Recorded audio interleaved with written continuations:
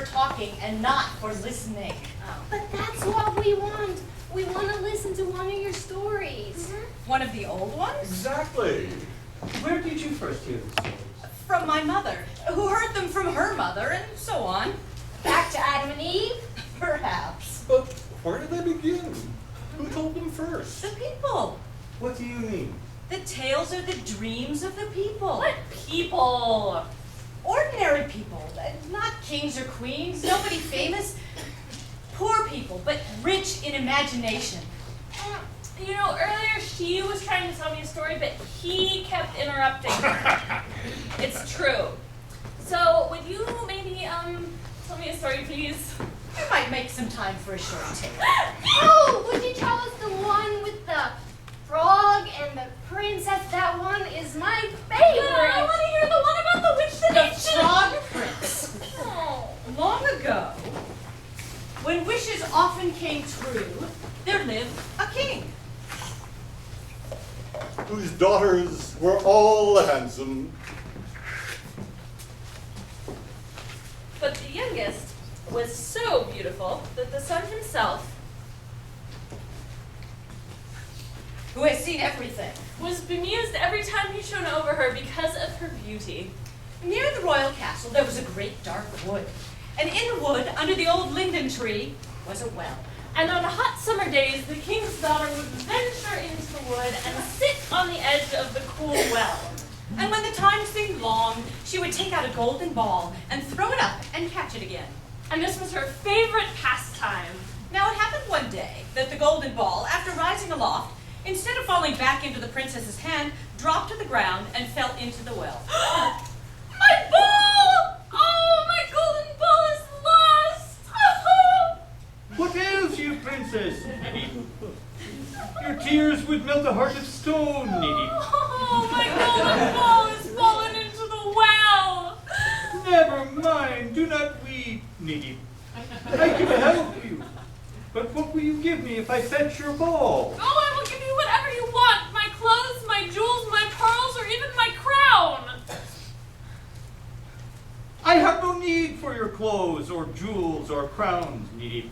However, if you would love me and have me for your companion, Needy, and let me sit by your table and eat from your plate and drink from your cup, Needy, if you promise this, then I shall fetch your golden ball. Oh, yes, I will promise anything if you give me back my ball. As soon as the princess saw that the voice in the well It was nothing but a frog. She thought, well, how can a frog do anything but sit in the water and croak the other frogs? And as soon as he dropped her ball on the ground, the princess forgot her promise and ran off. Stop! Stop! Needy, take me to you, take me with you. I cannot run as fast as you. But it was of no use.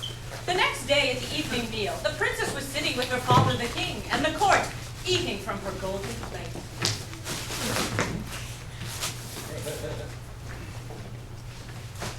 And there came a pitter-pat on the marble path. And a voice calling, Young princess, let me in. Who could that be?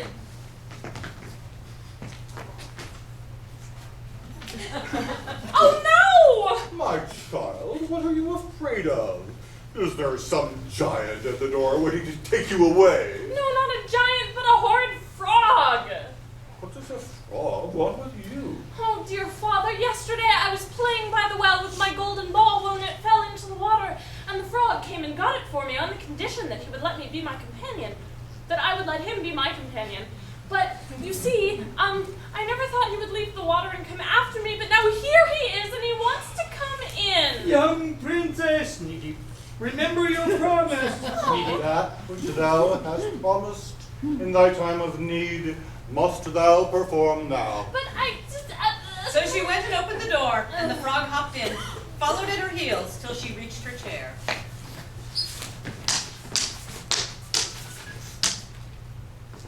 Well, now lift me up Fulfill so I your can sit promise, by you. daughter. Fulfill your promise. Ew. Now push your golden plate a little nearer, Needy, so so that we may eat together. And so she did, but everybody saw how unwilling she was. And the frog feasted heartily. Oh, but her food seemed to stick in her throat. Now I am thirsty, Needy. Fill your cup and help me drink. Father, must That not. which thou hast promised in thy time of need, thou must perform now. Oh. Now drink from the cup. Now you be quiet, you horrid frog! Then she felt herself filled with rage. And picking him up, threw him with all her might against the wall. But as he fell, he ceased to be a frog, and instead became a prince. With beautiful eyes. A wicked witch had enchanted me, and no one but you could break the spell. And it came to pass that with her father's blessing, they became bride and bridegroom. And they traveled to her father's kingdom in a golden carriage drawn by 8 white horses. And they lived happily ever after to the end of their lives.